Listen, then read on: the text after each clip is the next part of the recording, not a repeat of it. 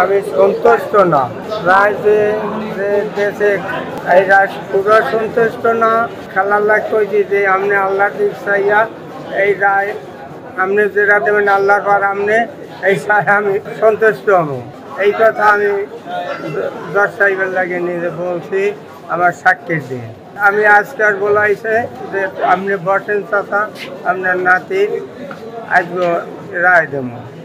এই রায় সালাম মায়েরা দেশে আমি সন্তুষ্ট না। তার দিকে কইছি আল্লাহ দেখেছে আপনি এটা রায় দিয়েন, আপনি যেটা কইবেন সালাম মায়েরা আমি মানি।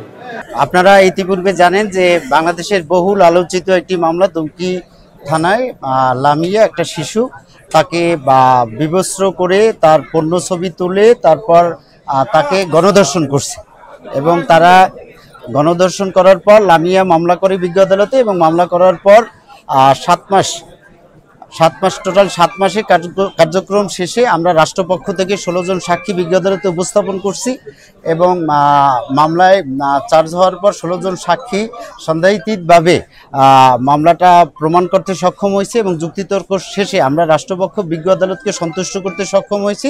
হিরন আরও মিনারেল ওয়াটার মাত্র 50 পয়সায় প্রতি লিটার।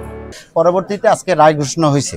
তা সঙ্গত কারণে রায়ে যেহেতু আসামিদেরকে ইতিপূর্বে মামলা বিচার কার্যক্রম শুরু হওয়ার পূর্বে শিশু সাব্যস্ত করছে, সেহেতু শিশু আইনে আসামি ইমরান মুন্সিকে নারী শিশু নির্যাতন দমন আইনের সেকশন 9-3 ধারায় 10 বছর এবং সিফাত মুন্সি এবং ইমরান মুন্সিকে 8-1 পর্নোগ্রাফি আইন 2012-র 8-1 এবং 8-7 ধারায় 3 বছর করে সাজা প্রদান করে। এবং জুলাই 24 বিপ্লবের শহীদ জসিমউদ্দিনের কন্যা শহীদ জসিমউদ্দিনের কন্যা লামিয়া, সে 3 জন আসামি দ্বারা গণধর্ষিত হয় এবং তাদের ছবি ইন্টারনেটে ছেড়ে দেওয়ার হুমকি দেওয়া হয়, যার জন্য 3 জনের বিরুদ্ধে সাকিব আল হাসান, সিফাত মুন্সি এবং ইমরান মুন্সি 3 জনের বিরুদ্ধে 9-3 ধারা এবং সাকিব আল হাসান মুন্সি এবং সিফাত মুন্সি তাদের বিরুদ্ধে পর্নোগ্রাফি আইনের ধারায় 8-1 এবং 8-7 ধারায়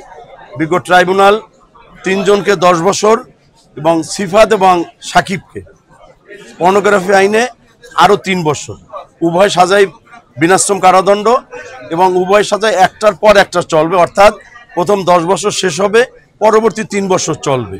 আর ওরা যেহেতু মাইনর এখন যশোর কারাগারে থাকবে সংশোধন কেন্দ্রে, যখন তাদের বয়স 18 বছর 1 মাস হবে তখন তাদেরকে প্রচলিত যে আমাদের জেলা কারাগার আছে সেই কারাগারে আনবে এবং সেখানে তারা সেই কারাভোগ করবে।